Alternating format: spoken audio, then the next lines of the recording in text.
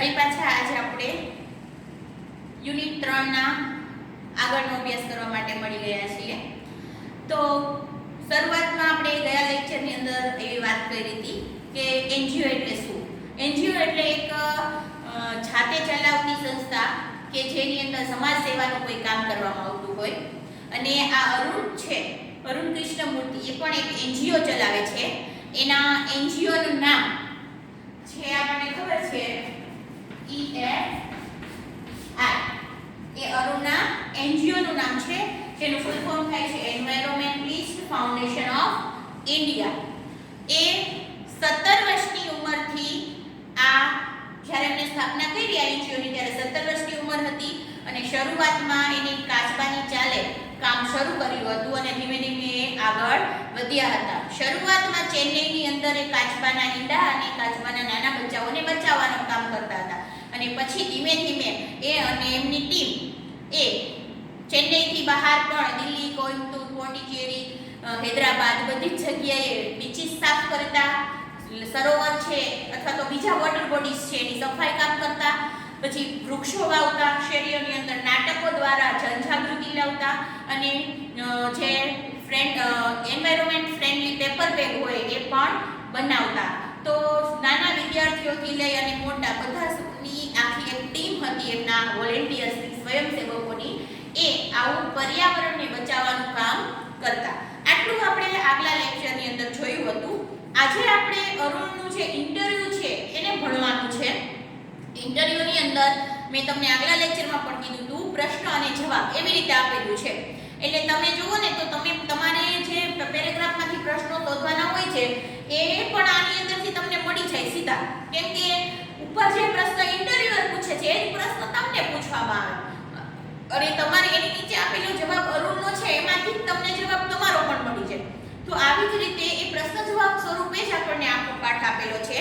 તો આપણે એ પ્રશ્નો અને અરુણના જવાબ છે એ આગળ સ્ટેપ બાય સ્ટેપ જોતા જઈએ અને ભણતા જઈએ. સૌથી પહેલો ઇન્ટરવ્યુઅર એને પ્રશ્ન પૂછે છે, which experience as a child inspired you to take up the cause of the environment?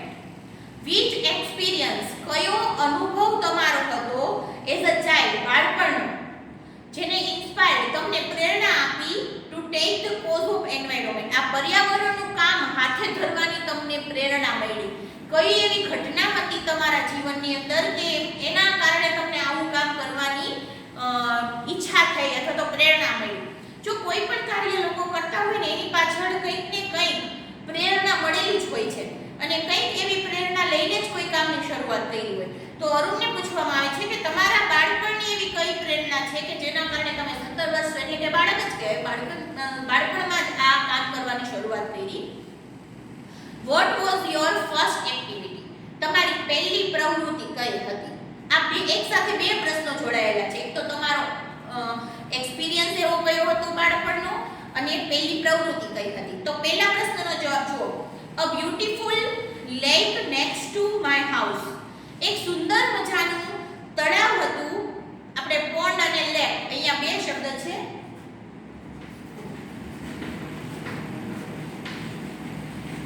આમ લેક એટલે સરોવર થાય અને પોન્ડ એટલે તળાવ થાય. પણ આ પાઠની અંદર ઘણી બધી વખત એવું હોય છે કે બે એકબીજા માટે શબ્દો યુઝ થતા હોય છે. આ પાઠની અંદર પણ આવી જ રીતે આ બે શબ્દો છે સરોવર કે તળાવ માટે બે યુઝ થાય છે. એટલે એમ કે છે અરુણ કે મારા ઘરની બાજુમાં જ એક સરસ મજાનું સરોવર હતું કે તળાવ હતું. which once had a lot of birds, frogs and snakes, જેમાં કોઈક વખત ઘણા બધા પક્ષીઓ, ફ્રોગ્સ એટલે દેડકાઓ અને સ્નેક્સ એટલે સાપ રહેતા હતા. was heavily polluted, એ ધીમે ધીમે ખૂબ જ પોલ્યુટેડ એટલે પ્રદૂષિત થઈ ગયું હતું. કે પહેલા એક સમય એવું હતું કે સરસ મજાનું સુંદર સરોવર હતું એની અંદર ઘણા પક્ષીઓ, સાપ અને દેડકાઓ રહેતા હતા. પણ ધીમે ધીમે ખૂબ એટલું બધું ગંદુ થઈ ગયું કે આ લોકો એમાં પક્ષીઓ, દેડકાઓ અને સાપને રહેવાનું ધીમે ધીમે ઓછું થઈ ગયું. કારણ કે કોઈ પ્રદૂષિત પાણી હોય ને એની અંદર આ જીવ છે એ રહી ન શકે, એનું અસ્તિત્વ ન રહી શકે, એટલા માટે એ છોડીને જતું રહે. તો આવું જે સરસ મજાનું તળાવ છે એ પ્રદૂષિત થઈ ગયું હતું.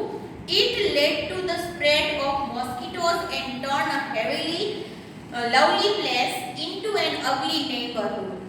It led to the spread of mosquitoes. Spread એટલે ફેલાવું અને mosquitoes એટલે મચ્છર. તો એ ગંદકી થાય એટલે સ્વાભાવિક વસ્તુ છે કે મચ્છરો ઉત્પન્ન થાય. એટલે એમ કે છે કે એક વખત સમય એવો આવ્યો કે મચ્છરોનો ફેલાવો કરવા લાગ્યો, એમાં મચ્છરો થવા લાગ્યા. And turn a lovely place, turn એટલે ફરવું, લવલી પ્લેસ એટલે સુંદર મજાની જે જગ્યા હતી એ ફરી ગઈ. કેમાં ફરી ગઈ? Into N અગલી neighbourhood. એ અગલી એટલે ખરાબ, નેબરહુડ એટલે પડોશની જગ્યા, ખરાબ જગ્યા તરીમાં ફેરવાઈ ગઈ. ધીસ હર્ટ મી બેડલી, એને મને ખૂબ હર્ટ કર્યું, મને દુઃખ લાગ્યું એ ઘટના જોઈને.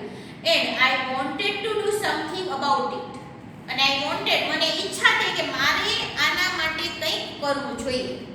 And I got together with a couple of my friend.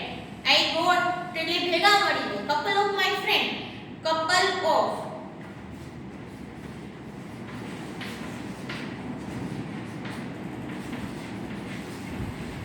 Couple એટલે બે વ્યક્તિ, એટલે અરુણ અને અરુણ સિવાયના એના બે ફ્રેન્ડ, એટલે આમ ટોટલ 3 વ્યક્તિ મળીને clean the pond next to my house. મારા ઘરની બાજુમાં જે પોન્ડ હતું, જો ઉપર લેક વાળ્યું તો અહીંયા પોન્ડ વાળ્યું, બે એક જ છે.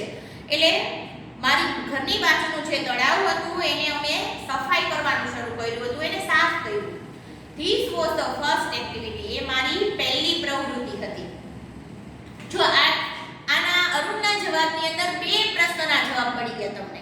પહેલો પ્રશ્ન એને કઈ નાનપણની કઈ ઘટના એવી હતી કે જેનામાંથી પ્રેરણા મળી હતી, તો એની બાજુનું જે તળાવ છે એ ખરાબ થઈ ગયું હતું, પ્રદૂષિત થઈ ગયું હતું, એને બધા મિત્રો મળી અને સાફ કર્યું, એમાંથી એને પ્રેરણા મળી આવું કંઈક સમાજ માટે કામ કરવાની. અને જો એમને પૂછવામાં આવે કે પહેલી પ્રવૃત્તિ કઈ હતી, તો એનો પણ આન્સર એ જ છે કે ઘરની બાજુનું જે તળાવ છે એને સાફ કર્યું એના મિત્રો મળીને. તો આ એની પહેલી પ્રવૃત્તિ હતી. એટલે આમાં તમને પણ બે પ્રશ્નના જવાબ મળી ગયા. તમને એમ પૂછવામાં આવે કે અરુણને કઈ ઘટના ઉપરથી પ્રેરણા મળી, તો પણ આ જવાબ આવશે. અને તમને એમ પૂછવામાં આવે કે પહેલી પ્રવૃત્તિ કઈ હતી, તો એના ઘરની બાજુમાં જે તળાવ હતું એની સફાઈ કરી એ અને એના બે મિત્રો મળીને આ એમની પહેલી એક્ટિવિટી હતી. એટલે આ તમને પણ આમાંથી એ બે પ્રશ્નોના જવાબ મળી ગયા. હવે નેક્સ્ટ ક્વેશ્ચન ઇન્ટરવ્યુઅરનો શું છે? What kind of support did you get from your parents and teachers? કયા પ્રકારનો kind of support, support એટલે ટેકો, સાથ, તો તમને કયા પ્રકારનો ટેકો મળ્યો હતો? Did you get from, જે તમને મેળવ્યો હોય your parents and teacher, તમારા માતા પિતા તરફથી અને તમારા શિક્ષકો તરફથી કયો પ્રકારનો તમને સપોર્ટ મળ્યો હતો? Was there any conflict between study time and activism? જો આ ખૂબ અગત્યનો પ્રશ્ન છે કે was there any conflict, conflict એટલે ઝઘડો, ગળમથલ પણ જેને કહી શકાય.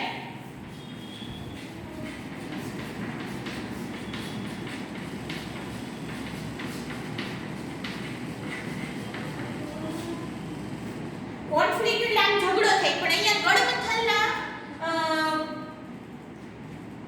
અર્થમાં છે.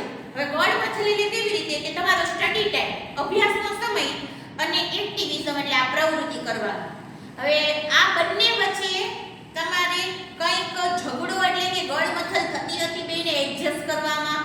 જો આમાં પણ બે પ્રશ્ન જોડાયેલા છે. એક પ્રશ્ન કે તમારા માતા પિતા અને તમારા શિક્ષકોએ આની અંદર તમને કઈ રીતે સાથ આપ્યો, અને બીજો પ્રશ્ન છે કે તમારો ભણવાનો સમય, જો 17 વર્ષના હતા અને એના પહેલા આ તળાવ સાફ કરવાની પ્રવૃત્તિ કરી હતી, તો આ સમય ભણવાનો હોય. તમે બધા ભણો છો, તમને ખબર છે કે ભણવામાંથી તમે બધા નવરા જ નથી થતા અને તમારે તમારા ભણવાને સમય દેવાનો હોય છે, અભ્યાસને સમય દેવાનો હોય છે.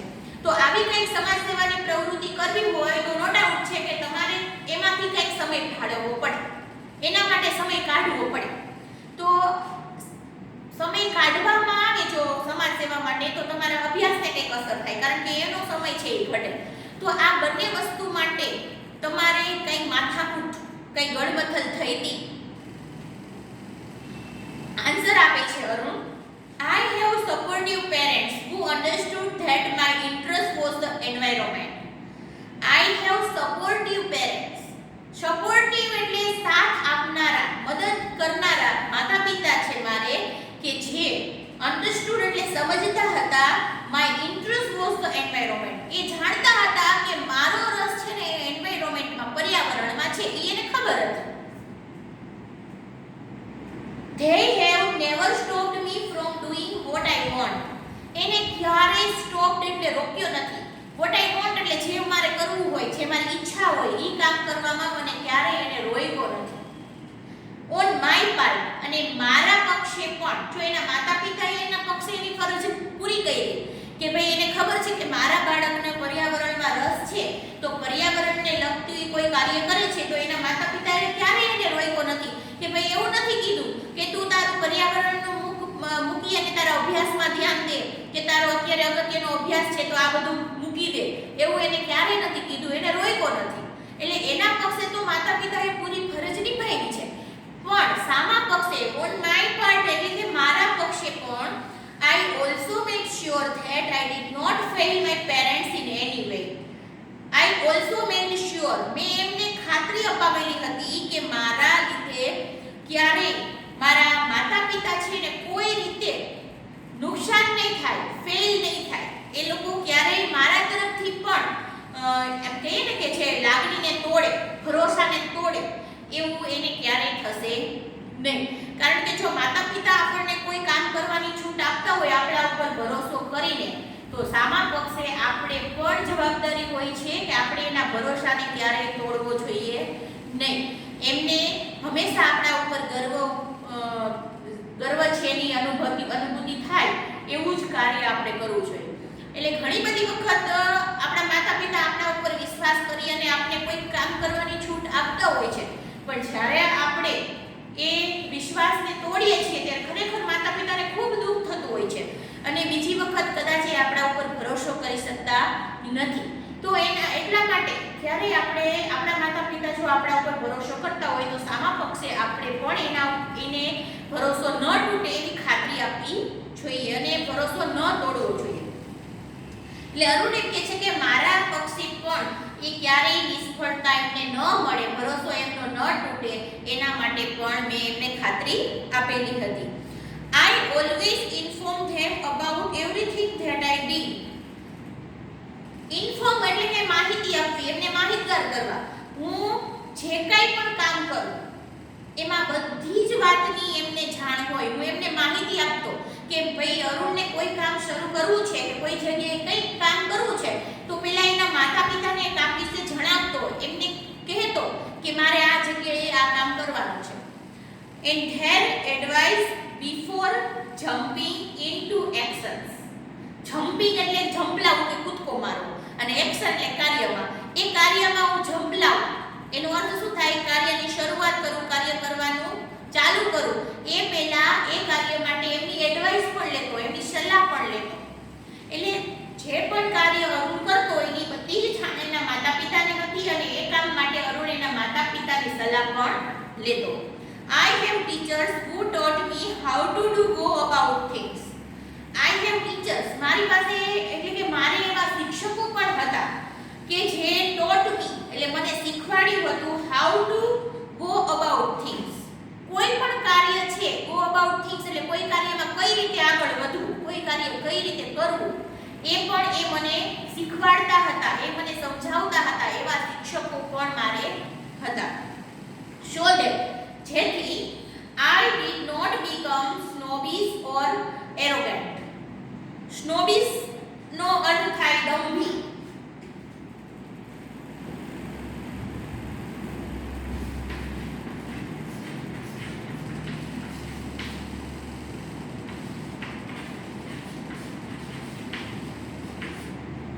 દંભી કે જીદી.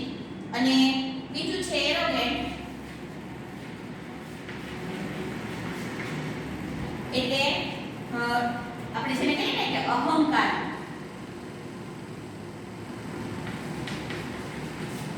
જેને આપણે અહંકારી એટલે ઈગો વાળા કહીએ એવા. તો મને મારા માતા પિતા અને શિક્ષકોએ કેવી રીતે કોઈ વસ્તુને હેન્ડલ કરવી એ મને શીખવાડ્યું હતું કે જેથી કરીને હું જીદી કોઈ જીદ પકડીને બેસી જાઉં, જીદી કે અહંકારી દંભી ન બની જાઉં એવું મને શીખવાડ્યું હતું. And start thinking I was a superstar. અને હું એવું ન વિચારવા માંડું કે હું કંઈક એક સુપરસ્ટાર છું. જો ઘણી બધી વખત નાનું એવું કોઈ કામ કર્યું હોય ને તો આપણે આપણી જાતને કંઈક મહાન સમજવા માંગતા હોય કે ભાઈ મેં કંઈક કર્યું, આમાં મારો મોટો ફાળો છે ને મારા લીધે આ કામ થયું છે ને મેં કંઈક કર્યું. આપણે આપણા જાતને હીરો બનાવી દેતા હોય. તો એવી રીતે આપણી જાતને હું મારી જાતને સુપરસ્ટાર ન સમજવા માંડું. હું આપણે કહીએ ને કે આકાશમાં ઉડવા માંડવું, એક પગલું ઉપર હાલવું, આપણે એવા શબ્દોનો ઉપયોગ કરતા હોય. તો આવું અહંકારમાં આવી અને ઊંચે ન ઉડવા માંડું, જમીન ઉપર રહું, વાસ્તવિકતામાં રહું, આવી મને એ લોકોએ શીખવાડેલું હતું. બીકોઝ કારણ કે I was doing all this environment work. હું સુપરસ્ટાર નથી, હું કોઈ હીરો નથી. શું કામ નથી? કારણ કે હું જે કંઈ કામ કરું છું ને પર્યાવરણ માટે કરું છું. તો એ પર્યાવરણ માટે કામ કરવા માટે, અને પર્યાવરણ છે એ કોના માટે છે? આપણા માટે છે. એટલે આમાં ઇનડાયરેક્ટલી છે એ ભલે કામ કરે છે પર્યાવરણ માટે, પણ એ પર્યાવરણ આપણા માટે જ છે. કાયદેસર તો આપણે આપણા માટે જ કામ કરીએ છીએ. આપણે જો કોઈ એવું કહેતા હોય કે પર્યાવરણને બચાવીને તો બહુ મહાન કામ કરું છું, તો એવું નથી. આપણે પર્યાવરણને શું કામ બચાવીએ છીએ? આપણા માટે જ બચાવીએ છીએ, કારણ કે એ આપણે નુકસાન કરે છે એટલે કરે. અને આપણા માટે કરેલું કોઈ કામ છે ને એ ક્યારેય આમ કહી શકાય ને કે આપણા માટે તો બધાય કામ કરે જ, એટલે એના માટે કોઈ આપણે મહાન વ્યક્તિ નથી થઈ ગયા. એટલે એમ કે છે કે હું સુપરસ્ટાર છું એવું માનવા ન લાગુ, કારણ કે હું કામ જે કરું છું એ પર્યાવરણ માટે કરું છું. They taught me to be simple and keep learning all the time. એને મને શીખડાવ્યું હતું કે સિમ્પલ એટલે સરળ વ્યક્તિ બનીને રહેવું, સામાન્ય વ્યક્તિ બનીને રહેવું, અને keep learning all the time. કાયમી કંઈક નવું નવું શીખ્યા રાખ. જો આપણે કહીએ ને કે વ્યક્તિ છે ને એ મૃત્યુના અંતિમ ઘડી સુધી શીખતો હોય, છેલ્લી ઘડી સુધી વ્યક્તિ કંઈક ને કંઈક નવું શીખતો હોય. ભલે ખાલી ભણવાનું ચોપડી લઈને આપણે શીખીએ એને શીખ્યું ન કહેવાય, પણ જીવનની અંદર ઘણા બધા અનુભવો અને પરિસ્થિતિમાંથી પણ કંઈક ને કંઈક શીખવા મળતું હોય. તો છેલ્લી ઘડી સુધી વ્યક્તિ કંઈક ને કંઈક શીખતો રહેતો હોય. એટલે અરુણ એમ કહે છે કે મારા શિક્ષકોએ મને શીખવાડ્યું હતું કે એક સામાન્ય વ્યક્તિ તરીકે જ રહેવું અને જીવનમાં કંઈક ને કંઈક નવું શીખતું રહેવું. I am not an activist. Activist એટલે આંદોલનકારી, કે કંઈક કામ કરવું હોય તો મોરચો કે આંદોલન કરીને ઊભા રહી જાય એવો હું કોઈ એક્ટિવિસ્ટ નથી. આઈ એમ એન એન્વાયરમેન્ટલિસ્ટ. હું એક પર્યાવરણવિદ છું. પર્યાવરણવિદ એટલે પર્યાવરણ પ્રેમી, પર્યાવરણને માટે કામ કરનારો. તો એક પર્યાવરણવાદી છું, હું કોઈ આંદોલનકારી નથી. I have learned so much bye doing this work. અને હું આ જે કાંઈ કામ કરું છું એમાંથી મને ઘણું બધું શીખવા મળે છે. અને અરુણ કહે છે કે કોઈ પણ કામ છે, જ્યારે આપણે કામ કરતા હોય એમાંથી આપણે કંઈક તો નવું શીખવા મળે છે. તો એટલે એમ કહે છે કે હું આ કાંઈ મારું જે કંઈ પણ કામ કરું છું ને એમાંથી મને કંઈક શીખવા મળે છે.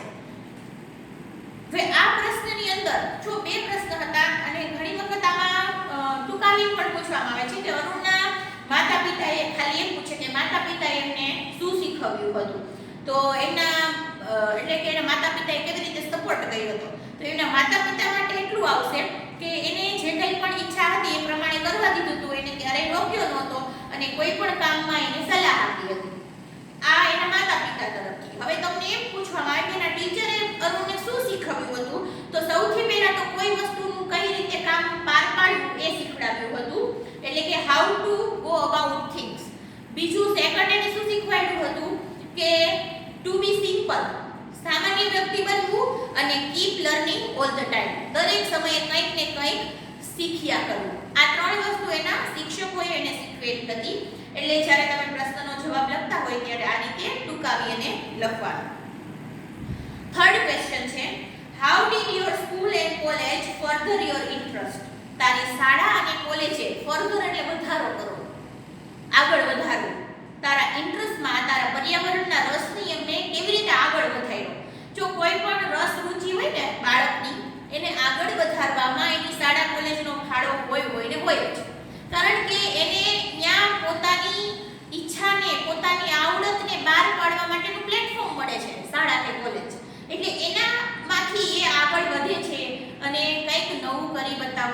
પ્રયત્ન કરે છે. એટલે અરુણને પૂછવામાં આવે છે કે તારી શાળા અને કોલેજનો કઈ ફાળો છે તારા રસને, તારા કામને આગળ વધારવા માટે? એટલે અરુણ કહે છે both my school and college had plenty of green cover and both were home to several other life forms. both my school and college, both એટલે બેયમાં, મારી શાળામાં અને કોલેજમાં બેયમાં plenty of green cover, પુષ્કળ પ્રમાણમાં લીલોતરી હતી. ગ્રીન કવર એટલે લીલા રંગથી ઢંકાયેલું કે લીલો કલર કરેલું એવું નહીં, પણ લીલોતરી છવાયેલી હતી. એટલે કહેવાનો મતલબ એવો કે શાળા અને કોલેજની આજુબાજુમાં બધે લીલોતરી હતી અને બંને જગ્યા છે એ ઘણા બધા જીવોનું ઘર હતું. કારણ કે આપણે ખબર છે કે લીલોતરી હોય, ઝાડ વૃક્ષો હોય, છોડવાઓ હોય તો અહીંયા ઘણા બધા જીવો રહેતા હોય, એટલે નાના મોટા ઘણા જીવોનું એક ઘર પણ હતું. This made me understand their importance. અને એને મને એનું અગત્યતા સમજાવતો કર્યો. કારણ કે આ જીવ નાના મોટા જે જીવ જોવે એની સાથે એને રહેવાનો જ્યારે સમય આવ્યો હોય, એની સાથે શાળા કોલેજમાં બધા એની સાથે રહ્યા હોય, એમને જોયા હોય, એને સમજ્યા હોય, ત્યારે એને ખબર પડે કે આ જે જીવ છે, આપણા મનુષ્ય સિવાયના બીજા જીવ છે, એને પણ અગત્યતા છે, એનું પણ કંઈક આ પૃથ્વી ઉપર મહત્વ છે. એ મને સમજાવવામાં એને મદદ કરી. How beautiful they are and why we need to protect them. એ કેટલા સુંદર છે અને શા માટે આપણે એને સુરક્ષિત ન રાખવા જોઈએ, એનું રક્ષણ ન કરવું જોઈએ. એટલે કે એ સુંદર છે, કોઈક ને કોઈક રીતે આપણને મદદરૂપ થાય છે. જો ભગવાને જેટલા જીવ બનાવ્યા છે ને આ પૃથ્વી ઉપર, એમાં કોઈ જીવ નકામો નથી.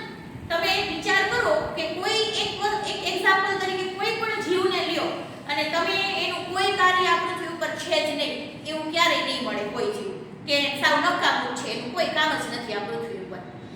એવું કોઈ પણ જીવ છે ને એનું કંઈક ને કંઈક અગત્યતા આ પૃથ્વી ઉપર છે. ભગવાને આખી રચના જ એવી બનાવી છે કે દરેક જીવનું કંઈક મહત્વ છે. તો આ મહત્વના છે, અગત્યના છે અને કેટલા સુંદર છે. એ નિસ્વાર્થ છે, એ કોઈને નુકસાન નથી પહોંચાડતા. તો આ જીવોનું રક્ષણ શું કામ ન કરવું જોઈએ? એને રક્ષણ કરવાની જરૂરિયાત છે. These animals are on their own. એ બધા જ એનિમલ્સ છે, જીવ છે, એને પોતાના ઓન એટલે સ્વતંત્ર છે, પોતાની રીતે પોતાનું જીવન જીવે છે. Find their own food. પોતે પોતાનો ખોરાક જાતે મેળવે છે, જાતે મહેનત કરીને શોધે છે. and are always active. અને હંમેશા એ કેવા રહે છે? એક્ટિવ રહે છે, કાર્યશીલ રહે છે. On the move and never lazy. સતત કંઈક ને કંઈક ગતિ કરતા હોય છે, કાર્ય કરતા હોય છે અને ક્યારેય એ લેઝી આળસુ બનીને બેસી રહેતા નથી. It is so positive. એ બધા જીવ છે ને ખૂબ જ હકારાત્મક વલણવાળા છે અને we have a lot of to learn from them. અને આપણે એના પાસેથી ઘણું બધું શીખવા જેવું છે. જો દરેક જીવ છે, આપણે મનુષ્યો છીએ તો એવું છે કે ભાઈ મમ્મી પપ્પા આપણા માટે બધું જ ઓલરેડી તૈયાર કરીને આપે ને આપણે તૈયાર એનો ઉપયોગ કરીએ.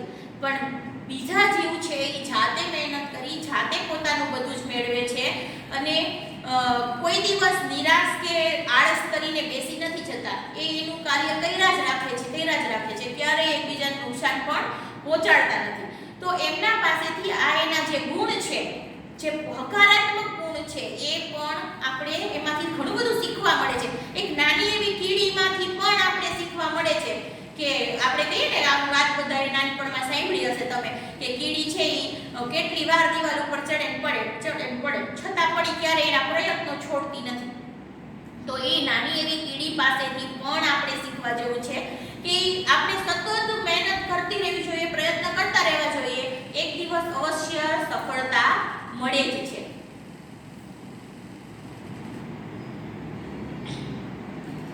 એના પછીનો ચોથો ક્વેશ્ચન છે, did you feel any hesitation? Did you feel any hesitation એટલે ખચકાટ, આંચકો આવવો મનની અંદર. ઇન ક્વિટિંગ નો અર્થ થાય ક્વિટ એટલે છોડી દેવું.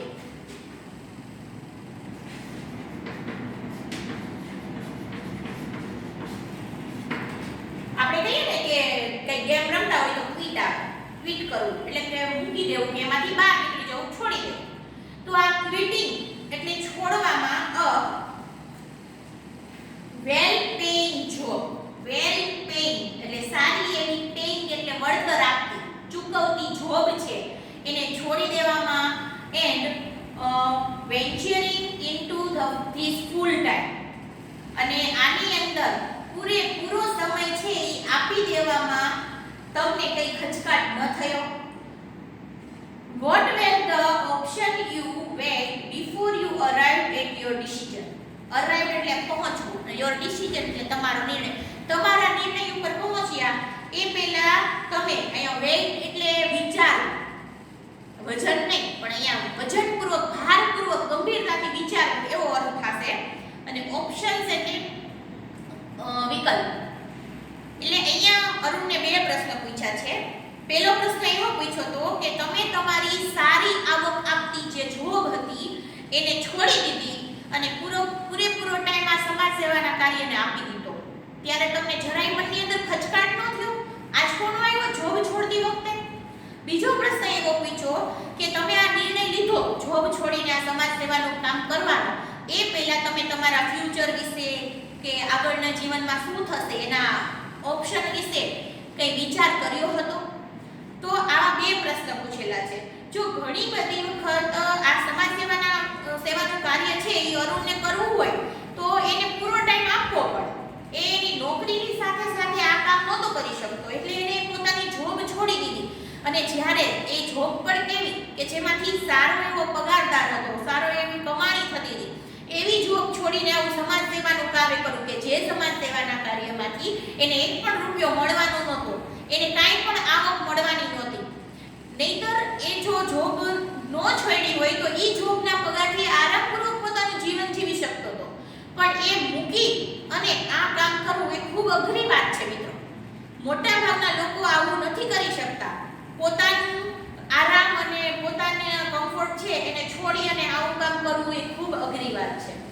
તો એટલે ઇન્ટરવ્યુઅરે બહુ સારો પ્રશ્ન પૂછ્યો એને કે તમને આ જોબ છોડતી વખતે કઈ વિચાર ન આવ્યો? તમે વિચાર્યું હતું આગળ? It is always good to decide in favor of what you really love to do. It is always good.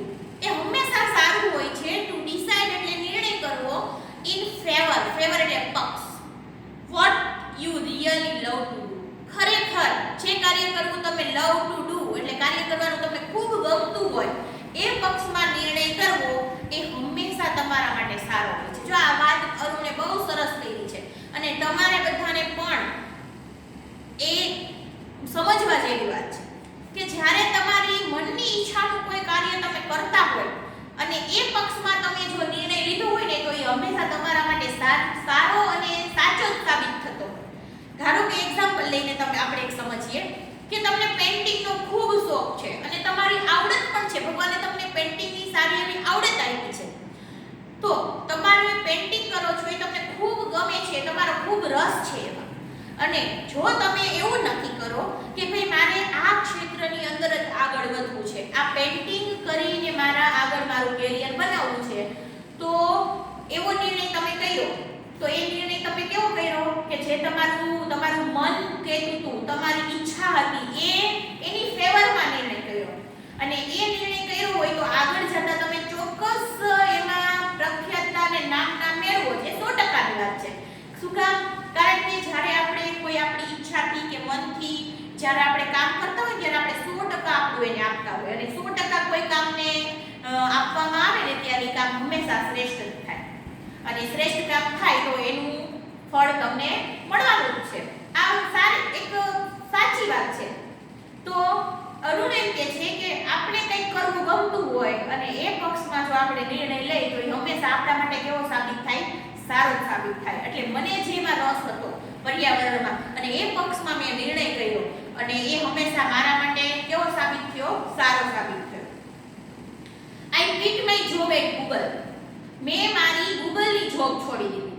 જો ગૂગલની જોબ એટલે તમે બધા સમજી શકો છો કે કેટલી હાઈ કોસ્ટ જોબ કહેવાય અને કેટલી પ્રખ્યાતતા મળે એમાં જોબ કરતા હોય એટલે સમાજની અંદર સન્માન મળે અને કંઈક કે ને કે પોતાની અલગ છાપ સમાજમાં ઊભી થાય.